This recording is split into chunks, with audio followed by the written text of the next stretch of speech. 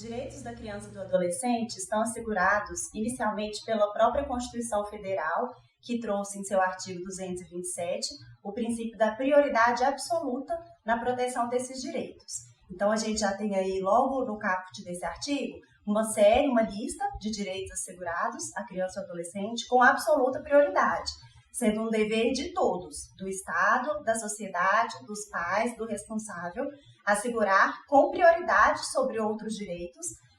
essa série de princípios que estão trazidos para a gente no 227. Entre eles, direito à vida, saúde, segurança, profissionalização, cultura, dignidade, é um rol bem extenso e que traz os principais direitos da criança e do adolescente. Para além da Constituição, a gente tem o Estatuto da Criança e do Adolescente, que é uma lei protetiva promulgada em 1990, que trouxe também diversos direitos, já em seu artigo 1º também trata da proteção integral à criança e ao adolescente.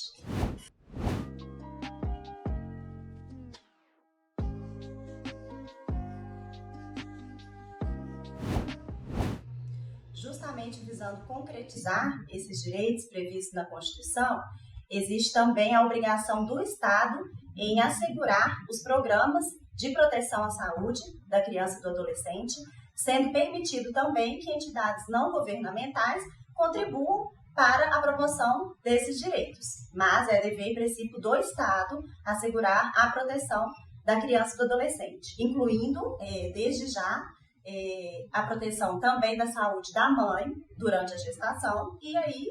isso se prolonga para depois do nascimento também. Para isso, a gente tem um dever legal de mínimo assegurado dos recursos públicos que devem ser destinados aos programas de saúde materno-infantil, e a gente tem também a obrigação de criação de programas de prevenção e atendimento às pessoas portadoras de deficiência. Então, tem também uma preocupação com os portadores de deficiência, que também devem ter programas específicos para garantir os seus direitos.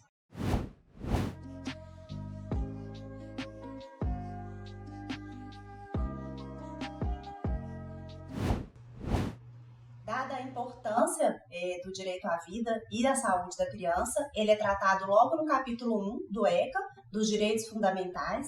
e esse capítulo ele repete um pouco a Constituição, né, que já traz um rol de direitos, mas ele dá um pouco mais de concretude para aqueles direitos. Então ele começa a dizer quem é o responsável, como deve ser feito, e aí a gente tem logo nesse primeiro capítulo a questão do atendimento pré-natal, que deve ser feito pelos profissionais de atenção primária à saúde. Existe também a previsão da assistência psicológica que deve ser oferecida à mãe, desde o pré-natal até o pós-natal, visando até mesmo minorar os efeitos do estado puerperal.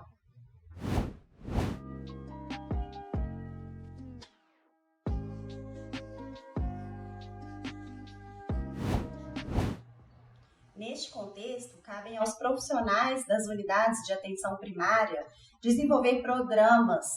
dar orientações, viabilizar medidas de orientação às gestantes sobre o aleitamento materno, sobre a alimentação saudável e devem também dar uma atenção à própria criação de vínculos com a mãe. Então, eles devem orientar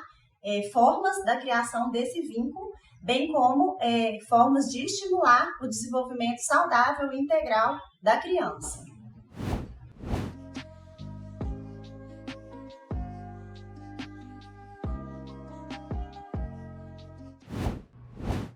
Toda essa assistência à saúde da criança e do adolescente é garantida por meio do SUS,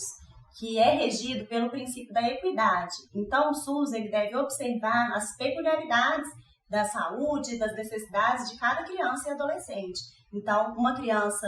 com alguma deficiência, ela deve ter todos os meios e tecnologias disponíveis para a melhoria dessa situação, né, para a verdadeira integração dela. Então, é assegurado no âmbito do SUS o acesso gratuito a qualquer medicamento, órteses, próteses e tudo mais que seja necessário para a proteção da saúde da criança e do adolescente.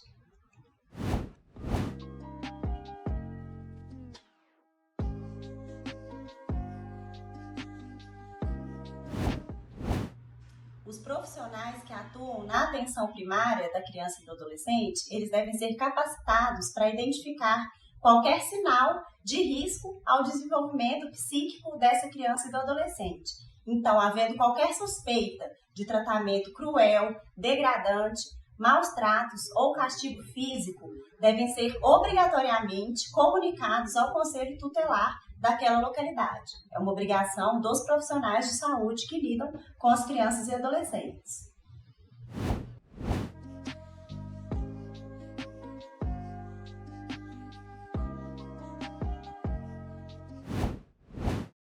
O SUS também é responsável pela realização de programas coletivos de prevenção a problemas de saúde, campanhas de educação sanitária para os pais, para a escola, para os responsáveis. Então, a gente observa também uma atuação mais voltada para a coletividade. Neste contexto, é previsto no ECA a obrigatoriedade da vacina para crianças e adolescentes para aquelas doenças em que essa seja a medida recomendada pelas autoridades.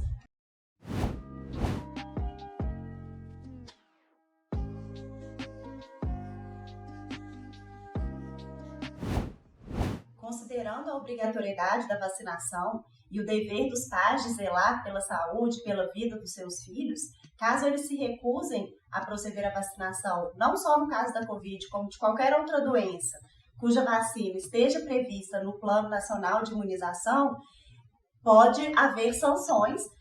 a esses pais, tanto no sentido de aplicações de multa, como em casos mais graves, até mesmo a perda do poder familiar, acarretando aí a perda da guarda daquela criança, sempre por um procedimento judicial, é claro, avaliada a razoabilidade, mas pode sim ocorrer em casos drásticos até mesmo a perda do próprio poder familiar dos pais.